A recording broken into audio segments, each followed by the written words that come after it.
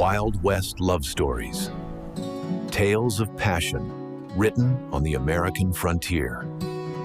The Montana wilderness demanded a soul forged from iron and silence, and Abigail Finch was trying to build one swing of the axe at a time. In the waning light of late autumn, the sound of her labor was a lonely heartbeat in a vast, indifferent land, a sharp crack of steel on pine that echoed off the granite shoulders of the mountains before being swallowed by the endless sky. The half-built cabin behind her was more than a shelter.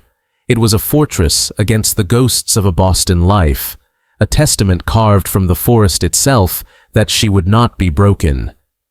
Each log she hoisted into place was heavier than the last, a punishing weight that added to the constant, growing burden of the child in her womb. She had chosen this isolated patch of earth for its promise of oblivion, a place where a woman's past could be buried under the snows of a hard winter. But the land kept its own counsel, holding secrets in its soil and its streams. And as the wind began to carry the first true bite of ice down from the peaks, a chill crawled over Abigail's skin that had nothing to do with the temperature.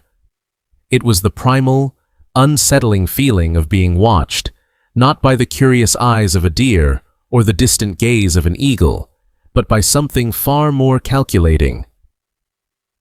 She paused, axe in hand, her eyes scanning the dense, shadowy tree line. She had come here to fight the wilderness, but she was beginning to understand that the most dangerous predator in this valley walked on two legs, and it had been waiting for her. Stay with us, and witness a love forged in the heart of the unforgiving West.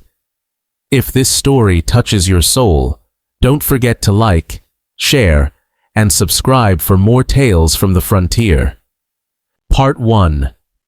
The Land of Echoes. The axe fell with a resonant thud, the sound shockingly loud in the vast silence of the Bitterroot Valley. Each swing sent a spray of pine-scented chips onto the needle-strewn earth, and with each, a sharp grunt escaped Abigail Finch's lips. The late autumn sun, already low in the sky, cast her shadow long and distorted against the half-formed skeleton of her cabin. Her face, smudged with dirt and sweat, was set in a mask of grim determination. Her knuckles were raw, her back ached with a fire that settled deep in her bones, and the child she carried low in her belly felt as heavy as the logs she wrestled into place. This land, cupped between the shoulders of looming mountains, was meant to be a sanctuary, a place to erase the past. But every echo of her axe striking timber felt like a defiance against the ghosts she'd fled from Boston, a declaration that she was still here, still fighting. She paused, resting her forehead against the cool, rough bark of a newly notched pine log. Her breath came in ragged clouds in the crisp air. Winter was a predator stalking the high peaks, its scent already on the wind, and she was in a desperate race against it. From a ridge overlooking the clearing, Silas Blackwood sat motionless on his buckskin gelding, the horse as still as its rider. He had been tracking a stray steer for the better part of the morning, but the rhythmic, solitary sound of an axe had drawn him off course. He'd expected to find a prospector, perhaps a trapper setting up a winter line. He did not expect to find a woman, alone and heavy with child, single-handedly raising a cabin from the valley floor. But more than the woman, it was the land itself that held his gaze, sending a familiar, bitter ache through his chest. This small parcel, with its clear-running creek and stand of old-growth pine, was a wound in his family's history. He could still hear his father's liquor-slurred apologies, still feel the shame that had settled over the Blackwood name the day this land was lost in a fool's poker game to Bartholomew Croft. For years, it had lain fallow, a reminder of a debt of honor he could never repay. And now, this woman was driving stakes into it, claiming it with a grit that both shamed and captivated him. He urged his horse forward, the quiet footfalls on pine needles announcing his approach. Abigail's head snapped up, her hand immediately going to the handle of the axe leaning against the wall. Her body tensed, a cornered animal ready to fight. She watched the rider emerge from the tree line, a tall man whose frame seemed to fill the space, his features shadowed by the brim of his hat. He stopped a respectful distance away, his hands resting easy on the saddle horn. "Didn't mean to startle you, ma'am," Silas said, his voice a low baritone that seemed to calm the air. "Just following the sound. This is private land." Abigail's chin lifted. "It's my land," she stated, her voice clear and steady, betraying none of the fear that fluttered in her heart. "Bought and paid for at the land office in Missoula. The deed is filed." Silas nodded slowly, his eyes moving from her swollen belly to the impressive, if unfinished, structure behind her. He saw the precision in the notchwork, the strength in the foundation. This was not the work of a fool. "My mistake," he said.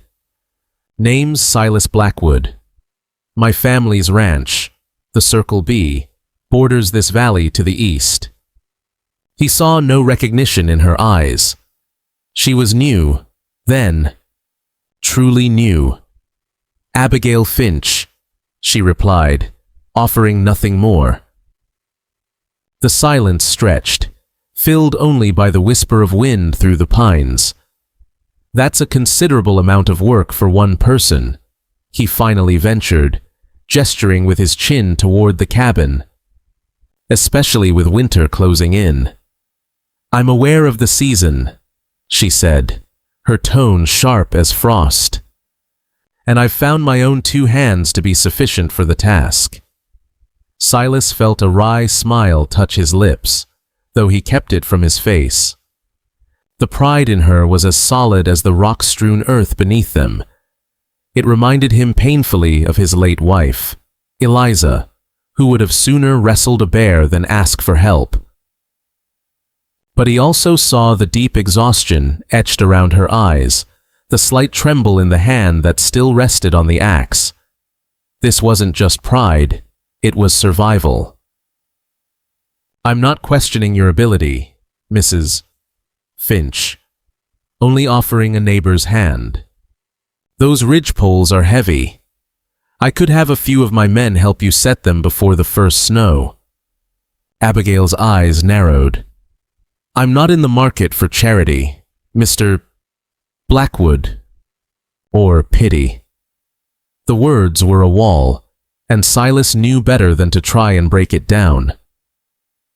He saw the ghosts in her eyes, the history of a trust broken so badly she couldn't recognize a simple offer for what it was. He thought of Bartholomew Croft, of the man's insatiable greed. Croft likely didn't even know someone was on this patch of land he'd won and forgotten. But he would. Men like Croft had a nose for such things. "It's not charity," he said quietly. "It's just sense. The mountains here don't care much for pride. They care for preparation." He tipped his hat. "I'll leave you to your work, but the offer stands." He turned his horse, and without another word, rode back into the shadow of the trees. The image of her standing alone against the wilderness burned into his mind. Abigail watched him go, her heart pounding a frantic rhythm against her ribs. She didn't release the axe handle until he had completely vanished. A part of her screamed in relief at his departure, while another, smaller part felt a sharp pang of the solitude he had briefly interrupted. She shook her head, angry at her own weakness. She had come here to rely on no one but herself. She would not fail now. For the next week, she worked from dawn until her muscles screamed in protest at dusk.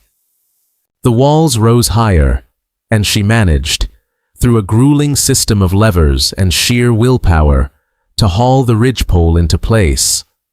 The small family of neighbors she had met, the Millers, had stopped by once with a loaf of bread and a warning about an early winter, their eyes full of a kindness that bordered on the pity she despised. She had thanked them politely and sent them on their way. She needed no one.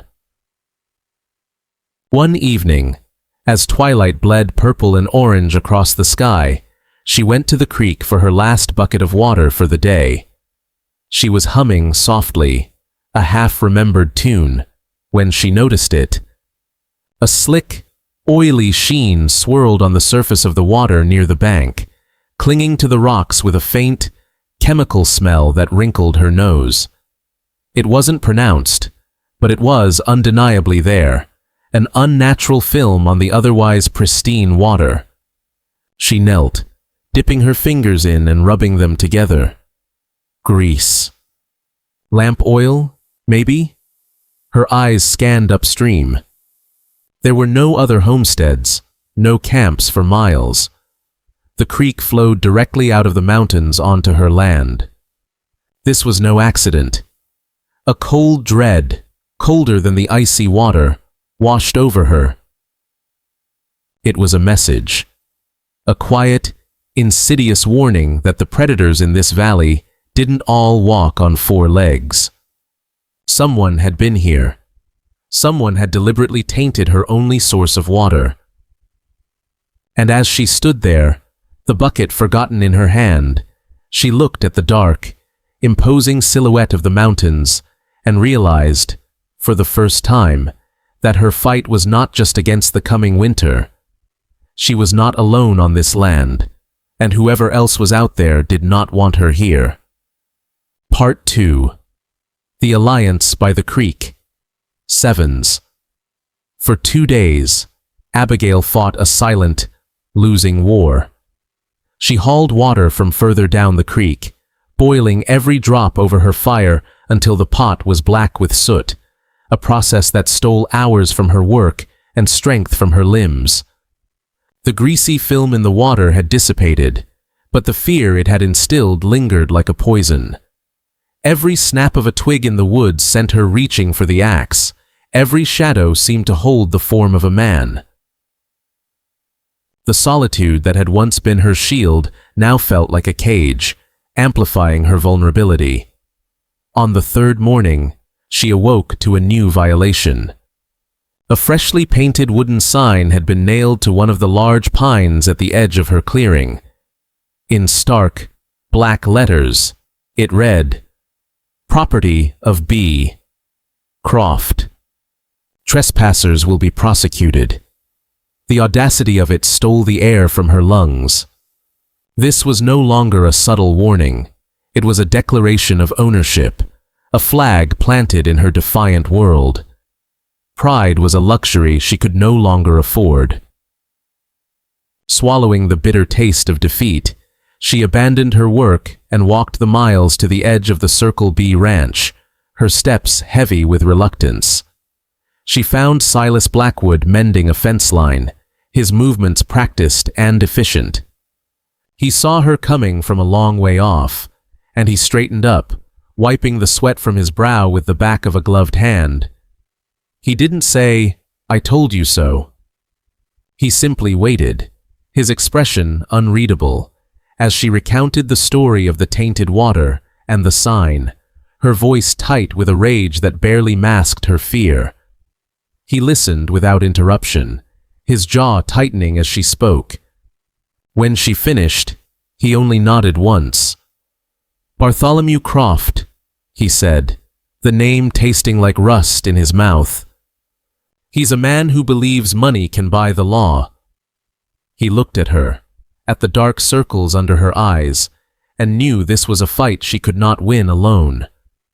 "I'll ride back with you," he said, and it was not an offer, but a statement of fact.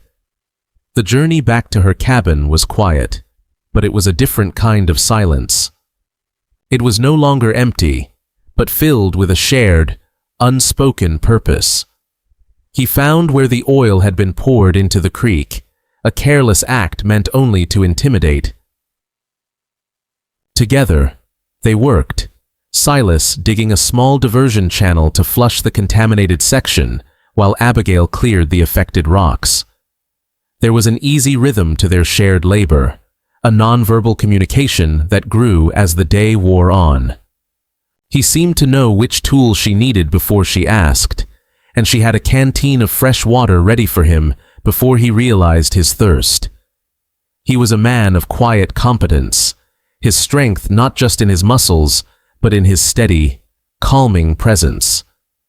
He worked on her cabin with the same focus, his large, calloused hands surprisingly deft as he showed her how to better brace the roof beams against the wind. He never took over, but worked alongside her, a partner rather than a savior. In the evenings, they would share a simple meal of biscuits and dried jerky by the fire, the flames pushing back the encroaching darkness. It was in these quiet moments that the walls between them began to crumble. He spoke of his late wife, Eliza, not with the sharp agony of fresh grief, but with a soft, lingering sadness. He described her wild laugh and her reckless love for fast horses, painting a picture of a life lived brightly and cut short too soon. In turn, Abigail found herself speaking of Boston, of the suffocating parlors and the brittle smiles, and of a man whose promises had turned to ash. She didn't name Theodore Vance, but she spoke of the deep betrayal of being abandoned, of being made to feel like a shameful secret. Silas listened, his gaze steady and full of a profound understanding that she had not encountered in another living soul. He saw not a fallen woman, but a survivor. The threats from Croft, however, did not cease. A week later, they found a line of newly driven survey stakes, marking out a plot that sliced directly through the foundation of her cabin. It was a lawyer's threat made with wood and iron, a cold, calculated move to undermine her claim. The sight sent a fresh wave of despair through Abigail, but Silas's reaction was different. It was a slow-burning anger. "This is his way," Silas said, his voice low. "He won't face you. He'll use paper and proxies to try and choke you out." That evening, the confrontation they had been expecting finally arrived. Two men, rough-looking ranch hands with the Circle C brand of the Croft Ranch on their saddles, rode into the clearing. They didn't dismount. The leader, a man with a scarred face and cold eyes, spat a wad of tobacco near Abigail's feet. "Mr. Croft wants you to know you're on his land," the man drawled, his eyes roaming over Abigail's pregnant form with undisguised contempt. "He's given you fair warning. The sign, the stakes. Next warning won't be so polite. You've got till the first snow to be gone." Before Abigail could respond, Silas stepped forward, moving between her and the riders. He was unarmed, but his presence seemed to take up the entire clearing. "You're the ones trespassing, boys," Silas said, his voice dangerously calm. "This is Mrs. Finch's property. Now, you deliver a message back to your boss for me. You tell him if he or any of his men set foot on this land again, they'll be dealing with the Blackwood family. All of it." The man's eyes flickered with uncertainty. The Blackwood name still carried weight in this valley. After a tense moment, he sneered, gathered his reins, and wheeled his horse around. "Your funeral, Blackwood," he spat, before riding off into the trees. The clearing fell silent again, but the air was charged, humming with the promise of a storm. The unspoken alliance had just been declared a public war. Part 3. The Public Divide. Sevens. Silas's declaration hung in the air long after the Croft riders had vanished, a line drawn not in the dust, but in the very fabric of their lives. The alliance forged by the creek was no longer a private arrangement. It was a public rebellion, and the consequences arrived sooner than either of them expected. It came not on horseback, but in a polished black carriage that seemed to suck the very light and color from the clearing. Isabella Croft stepped out, a vision of velvet and lace, her presence as alien in this rustic setting as a diamond in a handful of dirt. She did not look at the half-finished cabin with its rough-hewn logs, but at Abigail, her gaze sweeping over the worn dress and the undeniable swell of her belly with a cold, clinical disdain. Silas had placed himself in front of Abigail protectively, but Isabella's words bypassed him, sharp and precise as a surgeon's scalpel aimed directly at Abby. "So this is the noble cause," Isabella began, her voice dripping with a venomous sweetness. "The charity case that has my fiancé forgetting his name, his duty, and his promises." She took a delicate step forward, her silk skirts whispering over the pine needles. "You must be very proud, Miss Finch, to have so thoroughly bewitched a man of his standing. Tell me, is this a skill you learned in Boston, or is it a talent that desperate women naturally acquire?" Abigail felt the blood rush to her face, but before she could speak, Silas cut in, his voice a low growl. "Isabella, this has nothing to do with her. This is between you and me." Isabella finally turned her eyes to him, a flicker of genuine hurt warring with her calculated fury. "It has everything to do with her. The entire valley is whispering. They're calling you a fool, Silas, tying yourself to this. A woman with no name, carrying another man's bastard. You are dragging the Blackwood legacy through the mud for a stray." The word stray struck Abby harder than a physical blow. It was what she feared most, that, in his eyes, in everyone's eyes, she was nothing more than a burden he had inexplicably chosen to shoulder. But Silas did not flinch. "That child is not a bastard," he said, his voice dangerously quiet. "And this woman has more honor and strength in her little finger than you have ever known. Our engagement was a business arrangement, a merger of lands, and you know it. It had nothing to do with love." Isabella let out a brittle laugh. "Love? You think this backwoods fantasy is love? This is pity, Silas. A misplaced guilt over Eliza's death that you've projected onto the first damsel in distress you could find. But this damsel will be the ruin of you. My father will not stand for this public humiliation. He will see to it that this land is stripped from her, and he will see to it that your name is worthless in this territory." Her eyes, cold and hard, settled on Abby one last time. "Enjoy your champion while you can," she hissed. "When my father is done, he won't have a single thing left to offer you." The carriage departed as it had arrived, leaving a trail of dust and poisonous silence. The incident solidified a change in Silas. His help was no longer just a reaction to Croft's aggression. It became a proactive mission. He insisted that they could not hide.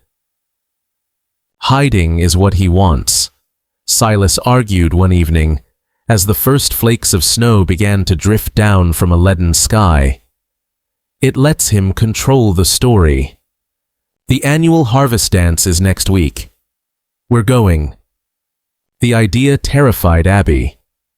To walk into a room full of people who were already judging her, to stand beside the man at the center of the valley's biggest scandal, it felt like marching into her own execution. Yet, as she looked at Silas, at the fierce conviction in his eyes, she saw that this was not just about her. It was about him reclaiming his own life from the shadows of grief and expectation. Reluctantly, she agreed. The night of the dance. The town hall was ablaze with lanterns and alive with the sound of fiddles and laughter. The moment Abigail and Silas stepped through the door, a wave of silence rolled through the room. The music faltered, the laughter died, and every eye turned to them. Whispers erupted like brushfire, and Abby could feel the weight of their stares like a physical force. She saw the members of the Miller family look away, their faces a mixture of sympathy and fear. This was Isabella's world, and she was the queen. She stood beside her father, Bartholomew Croft, a triumphant smile on her face. Croft, a broad, imposing man with eyes like chips of granite, watched them with undisguised contempt. They endured the ostracism for an hour, Silas's hand a warm, steady presence on the small of her back, a silent anchor in a sea of hostility. Then, the music stopped for the main event. The charity auction to raise money for a new church bell. Bartholomew Croft, as the town's wealthiest benefactor, took the stage. He spoke of community, of decency, of upholding moral standards. And then, his eyes found Silas and Abby. "We give what we can to build up this community," Croft boomed, his voice filling the hall. "But a community is only as strong as its character. It is weakened when honorable men are led astray, when sacred promises are broken, and when trespassers with questionable histories attempt to lay claim to what is not theirs." The accusation was clear. A murmur went through the crowd. This was it, the public trial. Abby felt a surge of panic, a desperate urge to flee. But Silas's hand tightened, holding her in place. Then, he let go and walked toward the stage. He did not ask for permission. He simply stood beside Croft, facing the silent, watching town. "Mr. Croft speaks of character," Silas began, his voice calm but carrying to every corner of the room. "So let's talk about it. He speaks of trespassers. So let's talk about the land Mrs. Finch is on. He calls it his. But I wonder how many of you know how he came to own it." He paused, letting the question hang in the air. "He won it. From my father. In a late-night poker game fueled by whiskey and grief, not long after my mother passed. He won it from a man in mourning, a shameful victory he has held over my family's head for 20 years. A collective gasp went through the assembly. The story was old, but never spoken of so openly. "That is the honorable claim he has to that land," Silas continued, his voice ringing with conviction. "Now, Abigail Finch is building a home there. Not with a stacked deck of cards, but with her own 2 hands. She is building a future for her child, with more honesty and sweat than some men will ever know. If that is trespassing, then honor has lost its meaning in this valley." He then turned, his eyes finding Isabella in the crowd. "And as for sacred promises," he said, his voice softening but losing none of its power, "a promise made for the wrong reasons is not sacred. It is a cage. And I will no longer live in it. Before all of you, I am officially ending my engagement to Miss Croft. My future, whatever it may hold, lies with Mrs. Finch." The silence that followed was absolute, a deafening void where a world had just been shattered and a new one declared. Bartholomew Croft's face was a mask of purple rage. Isabella's was ashen with shock and humiliation. And Abigail, standing alone in the crowd, felt tears streaming down her face, not of shame, but of a profound, heart-stopping gratitude. The line had been drawn. The war was now in the open. Part 4. The Ghost from the Past. Sevens. The ride back from town was a journey through a new world, one they had created with a few hundred spoken words. The silence in the wagon was no longer one of caution or discovery, but of gravity. Every creak of the wheels on the frozen road, every soft snort from the horse, seemed magnified in the vast, star-dusted quiet of the Montana night. Abigail sat wrapped in a thick wool blanket Silas had provided, but the warmth did not reach the tremor deep inside her. She replayed the scene at the dance over and over. The collective gasp of the crowd, the venom in Bartholomew Croft's eyes, the ashen shock on Isabella's face. But most of all, she saw Silas, standing tall and unwavering, sacrificing his reputation, his fortune, and his future for her. The gratitude she felt was so immense, it was painful, tangled inextricably with a crushing guilt. "You shouldn't have done that," she whispered, the words barely audible over the wind. "You've ruined yourself. For me." Silas didn't look at her, his eyes fixed on the path ahead, but his voice was firm. "Ruin? Abby, for the first time in 5 years, I feel like I'm building something instead of just patching up old fences. My life with the Crofts wasn't a future. It was a tomb I was letting them build around me. Tonight, I walked out of it." He pulled the wagon to a stop as they reached the clearing, the half-finished cabin looking like a sturdy, defiant shadow in the moonlight. He turned to her then, his gaze intense. "There is no ruin here. There's just this. What we're building. That's all that matters." But in the opulent parlor of the Croft mansion, Bartholomew was proving that other things still mattered. He poured 2 glasses of brandy, his hand as steady as iron, while Isabella paced the room like a caged panther, her ball gown a silken swirl of fury and humiliation. "He made a fool of me, Father," she raged. In front of everyone. Bartholomew handed her a glass. "Stop wailing, Isabella. Public opinion is a fickle thing. It changes with the weather. The law, however, is a fortress." He took a sip of his brandy, his mind already churning. "Blackwood thinks he has won a moral victory. We will show him that morality is a pauper's currency. There is another player in this game." He walked to his mahogany desk and pulled out a telegraph form. "Silas has built his entire defense on the honor of that woman. We will shatter that foundation." He began to write, the pen scratching decisively across the paper. "We will bring a ghost back from Boston. A legal, binding ghost." The telegram was sent the next morning. And for a few weeks, an unnatural calm settled over the valley. The snows came, blanketing the world in a pristine, quiet white. The town remained divided. Some offered Silas curt nods of respect, others crossed the street to avoid him. But no one dared to make a move. This quiet period was a gift. It allowed the raw, public wounds to scar over, and in the shelter of the nearly completed cabin, something real and beautiful began to grow between Abby and Silas. They worked side by side, their movements now a familiar dance.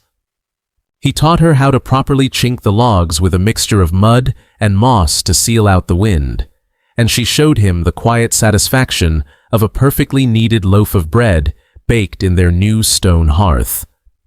The cabin was no longer just her project, it was their shared dream. He built a sturdy cradle, carving the image of a soaring eagle into the headboard. In the evenings, he would read to her from a worn book of poetry, his deep voice a comforting rumble against the howl of the winter wind.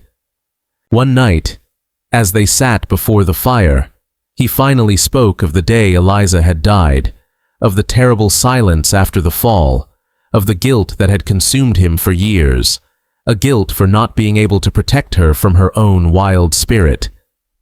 "For 5 years," he said, his voice thick with emotion, "I thought love was just another word for loss. I was afraid to feel anything, because I thought it would eventually be ripped away. But you're not afraid of anything, are you?" Abby looked at the fire, her hand resting on her belly, where a flutter of movement reminded her of the new life within. "I'm afraid all the time," she confessed softly. "But I've learned that being afraid and giving up are two different things." He reached out and took her hand, his thumb stroking her knuckles. "Then we'll be afraid together." It was in that moment, in the warmth of the firelight, that she finally allowed herself to believe that this was real, that she might actually be allowed to keep this fragile happiness. The arrival of the ghost was as quiet as the falling snow. A man stepped off the noon stagecoach in town, a man in a fine wool coat and polished city shoes that were wholly unsuited for the muddy, frozen streets of a Montana town. His name was Theodore Vance. He was handsome in a way that seemed weak and untested, his face clean-shaven, his hands soft. He took a room at the hotel and then had a long, private meeting with Bartholomew Croft. The deal was simple. Croft would pay all of Vance's expenses and provide him with a handsome sum of money. All Vance had to do was play the part of the aggrieved, repentant husband. Theodore, whose finances were in a ruinous state, readily agreed. A few days later, he rode a rented horse out to Abby's cabin. She was outside, gathering firewood, when she saw him. Her blood ran cold. The axe handle slipped from her numb fingers and fell silently into the snow. It was him. The man who had smiled at her in a Boston church and called her his wife, and then had looked at her with disgust and called her a liar. He dismounted, a rehearsed look of sorrow on his face. "Abigail," he said, his voice soft, "I've been looking for you for months." Silas emerged from the cabin, sensing the change in the air, and stopped dead when he saw the stranger, and the look of pure terror on Abby's face. "What do you want?" Silas asked, his voice flat and hard as stone. Vance ignored him, his eyes fixed on Abby. "I was a fool, my dear. A terrified, arrogant fool. To think I could have ever doubted you, or our child." He took a step closer, his gaze dropping to her belly. "I've come to take you home, to take my family home." Abby found her voice, a choked whisper. "You have no family here. You gave up that right." Theodore's expression hardened slightly. "According to the Commonwealth of Massachusetts, I have every right. We are still husband and wife, are we not?" He pulled a folded document from his coat pocket, their marriage certificate. "I've come to correct my mistake, to be the husband and father I should have been." Silas moved to stand beside Abby, a formidable, unmovable wall. "She's not going anywhere with you." For the first time, Vance addressed him directly. "You must be Mr. Blackwood, the man who has taken my wife under his protection. Mr. Croft told me all about your noble gestures." He smiled, a thin, unpleasant expression. "But your charity ends now. I am here to reclaim what is legally mine." He looked back at Abby, his voice dropping to a tone of false sympathy. "Don't make this difficult, Abigail. I am giving you a choice. You can come with me now, and we can put this unfortunate chapter behind us. Or you can force my hand. I will file a petition in the territorial court. I will sue for the restoration of my marital rights and for custody of my legal heir. It will be a very public, very ugly affair. Your name, your child's legitimacy, all of it will be laid bare. Is that what you want for the man who has rescued you? To see his name forever linked to an adulteress? The threat hung in the frozen air, a perfect, inescapable trap. He had them. With Croft's money and the full force of the law on his side, he could destroy everything they had started to build. Chapter Part 5. A Heart in the Blizzard. Sevens. Theodore Vance's ultimatum left a poison in the air, a silence so profound that the crackle of the fire sounded like splintering bones. Abigail stood rigid, her hands pressed against the small of her back as if to hold herself together. The life she had so painstakingly built felt like a house of cards, and the ghost from her past had just blown it all down. "I'll go with him," she said, her voice a dead, hollow thing. She turned to Silas, her eyes pleading with him to understand. "It's the only way. He wants the land, not me. I'll sign whatever he wants. He can have it. If I go, he has no reason to pursue you, no reason to drag you and your name into a court battle you can't win. It's over, Silas. He's won." Silas crossed the room in 2 strides, his hands gripping her shoulders with a gentle but unyielding firmness.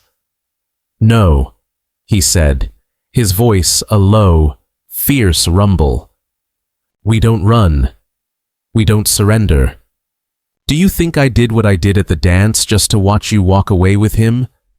That man is a coward and a bully, using a piece of paper to threaten what he doesn't have the courage to build himself.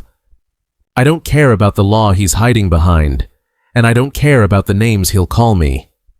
This is our home, Abby. That is our child, and I will not lose you." His words were a firebrand in the cold despair of her heart, but the fear was too deeply rooted. Before she could argue further, a sudden, violent gust of wind rattled the cabin door, and the sky outside began to darken with an unnatural, bruised purple hue. A blizzard was coming, a monster descending from the peaks. Silas looked out the small window, his jaw set. "I have to go to town," he said, his voice urgent. "I need to get more supplies before this hits, and I'm going to talk to Sheriff Miller. He's a decent man. He might not be able to fight Croft's lawyers, but he won't stand for intimidation." He pulled on his heavy sheepskin coat, his movements swift and decisive. "Bar the door behind me. I'll be back before the worst of it hits. I promise."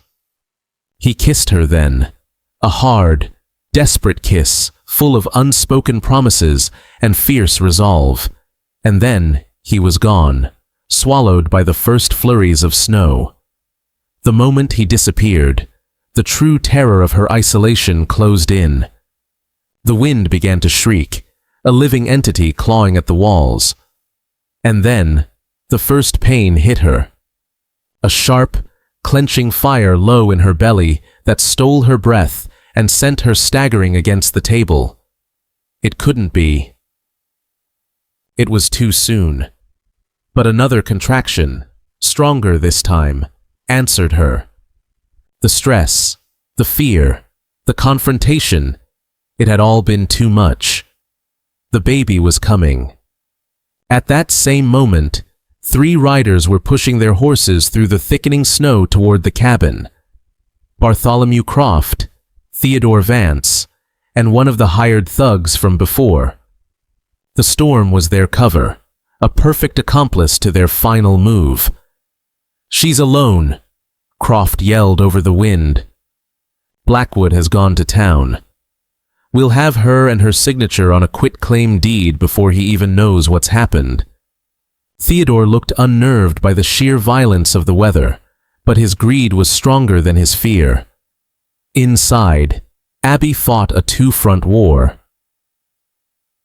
A wave of agony would crash over her, and in the brief, gasping moments of peace that followed, she would drag a heavy chest in front of the door and slide the iron bar into place.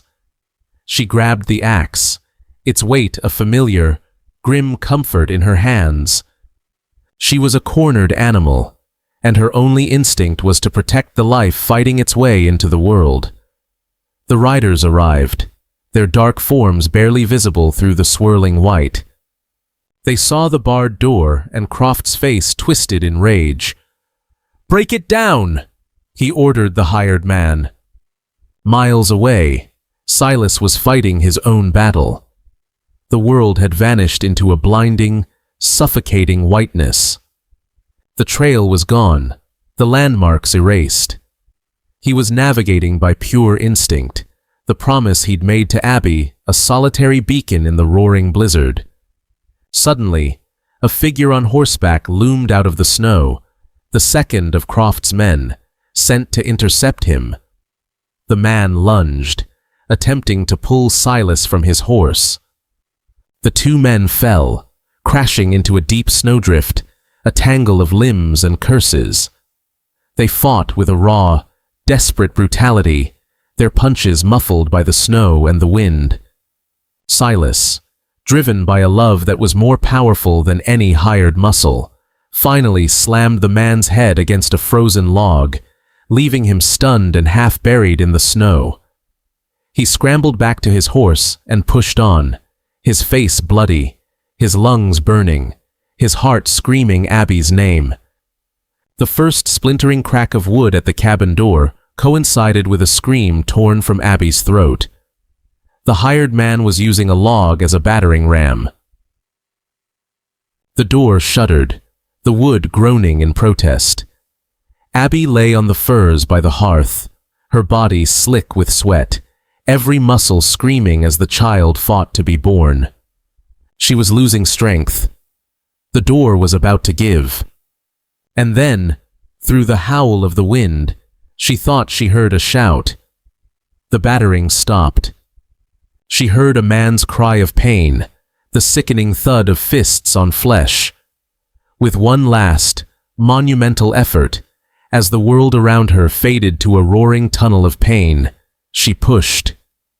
Just as the cabin door flew inward, torn from its hinges, a new sound pierced the storm, the raw, piercing cry of a newborn baby. Silas stood in the doorway, a fearsome apparition of snow and blood, his chest heaving. The hired man lay unconscious in the snow. Bartholomew Croft was scrambling backward, his face a mask of disbelief and fear. And Theodore Vance, his fine city coat splattered with snow, stared at the scene with wide, terrified eyes. He saw Silas, a man who had fought through a blizzard and a man to be with this woman. He heard the cry of the child, a sound so real and powerful it made his legal papers seem like pathetic, flimsy lies.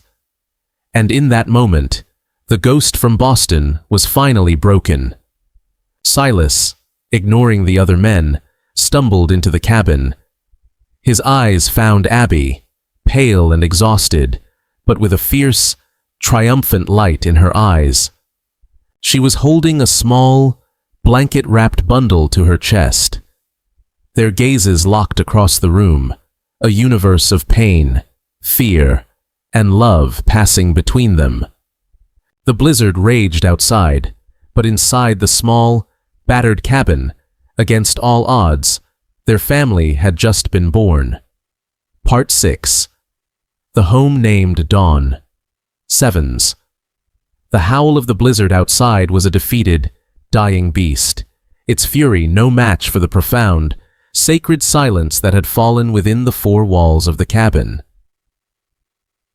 Silas knelt beside the hearth, his bruised knuckles forgotten as he gently washed the newborn baby with a warm, damp cloth. He was clumsy, his large hands accustomed to reins and ropes, not the delicate limbs of his son, but he moved with a reverent tenderness that brought tears to Abigail's eyes. She lay on the furs, exhausted but awake, her heart a symphony of relief, awe, and a love so fierce it felt like it could hold the fractured roof together. Outside, in the swirling snow, the final act of the failed war played out in pathetic whispers. Bartholomew Croft, his face a mask of utter defeat, hauled a whimpering Theodore Vance to his feet. The hired man was already gone, having fled into the storm the moment the fight had turned. Croft looked at the cabin, at the sturdy figure of Silas visible in the doorway, and for the first time in his life, he knew he had encountered a force that his money could not bully and his influence could not break. He had lost. He dragged Vance away, the ghost from Boston vanishing back into the obscurity from which he came, his legal papers and empty threats now meaningless against the primal truth of the scene he had just witnessed. When the storm finally broke 2 days later, the world was reborn in blinding white, the sun glittering on a pristine, silent landscape. The first visitors were not a threat, but a tentative offering of peace. Sheriff Miller and a somber-looking Mr. Miller arrived on horseback, their faces etched with shame and concern. They brought a crate of supplies, canned milk, flour, salted meat, and a bundle of warm blankets knitted by Mrs. Miller. "We heard," the sheriff said, his eyes not quite meeting Silas's. "We should have done more. A man's legal papers. They seemed more solid than a man's character." "We were wrong." Silas simply nodded, accepting the apology and the supplies. It was the beginning of the thaw, not just of the snow, but of the community's heart. News of that night spread through the valley like a slow-moving fire, a story of courage, brutality, and the birth of a child in the heart of a blizzard. The tale painted Bartholomew Croft not as a powerful landowner, but as a cruel bully, and Silas Blackwood not as a fool, but as a hero. The spring that followed was a time of healing and rebuilding. A letter, bearing a Boston postmark, arrived for Abby. Her hands trembled as she opened it. Inside were the official, signed, and stamped divorce decrees. A short, clipped note from a lawyer informed her that Mr. Vance had relinquished all claims and would not trouble her again.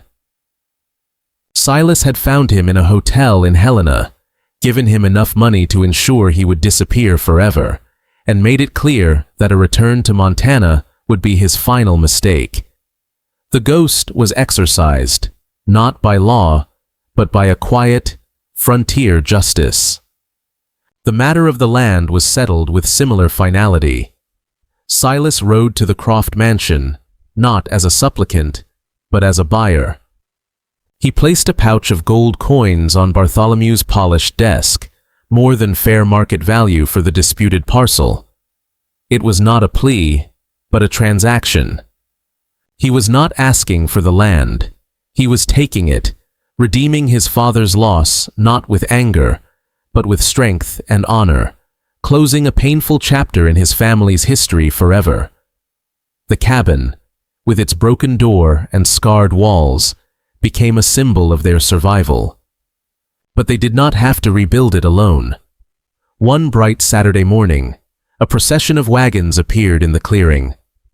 The Millers, the sheriff, and a dozen other families from the valley had arrived with hammers, saws, and baskets of food.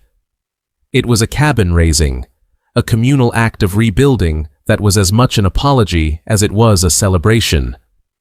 They repaired the door, built a wide, welcoming porch, and raised a small, sturdy barn next to the creek.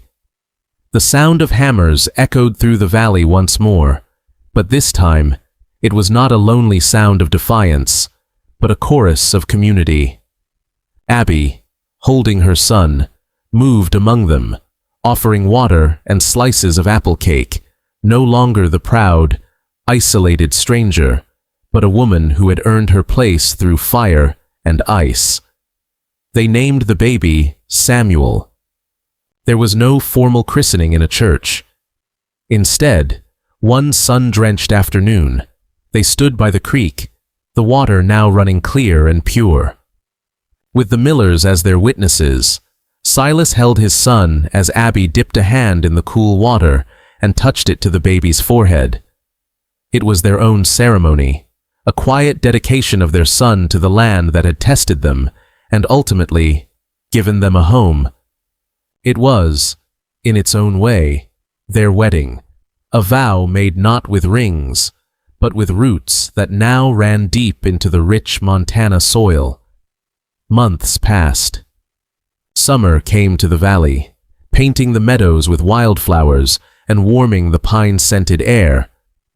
The cabin was complete, a handsome, solid home with blue curtains in the windows and a climbing rose just beginning to snake its way up the porch railing.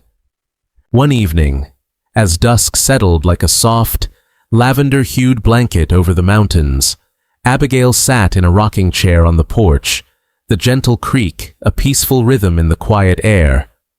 Samuel slept in the cradle Silas had built, his tiny chest rising and falling in the last light of day. She looked out at the land, at the mended fences and the dark, rich soil of a new garden.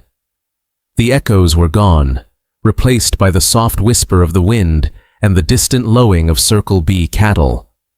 She saw a rider approaching, and her heart lifted.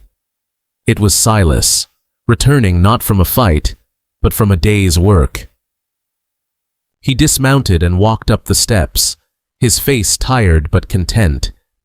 He leaned down and kissed her, a long, lingering kiss that tasted of dust, sweat, and home. He looked from her face to their sleeping son, and then out at the valley, now theirs. "It's a good place," he said, his voice full of a quiet wonder, as if seeing it all for the first time. "It's more than good," Abby replied softly, her hand finding his. "It's a beginning." He smiled, squeezing her hand. "Every beginning needs a name. What should we call it?" Abby looked at the eastern peaks, where the first light of day always appeared, the light that had broken through the darkness of the blizzard on the morning their son was born. "I know a name," she said, her voice full of a peaceful certainty. "We'll call it Dawn's Landing, because this is where the dawn finally found us." The story of Abigail Finch and Silas Blackwood began with a single, lonely sound, the echo of an axe in a vast wilderness. It was the sound of a woman building a wall against the world, believing that strength meant standing alone. But what their journey has taught us is that a home is not truly built until its doors are opened to another. It is not constructed from wood and stone, but from shared burdens, whispered truths in the firelight, and the courage to stand for someone when the rest of the world stands against them. Their love was not a gentle, easy thing found in a quiet meadow. It was forged in the heart of a blizzard, tested by greed and violence, and earned through sacrifice. It reminds us that sometimes the most profound strength is found in the moment we finally allow someone to help us carry the weight we thought was ours alone to bear. This cabin, this family, this home named Dawn's Landing, is a testament to the fact that even after the longest, darkest, and coldest of nights, a new day is not only possible, but inevitable, if you have someone to watch the sunrise with. If you believe that the strongest foundations are built from trust and that true love is a shelter against any storm, then please like this video and share it with someone who needs a reminder that hope can be found in the most unexpected places. Subscribe to Wild West Love Stories and join our community, because every frontier, past and present, is filled with hearts fighting for their own dawn. We'll be waiting for you right here with another story.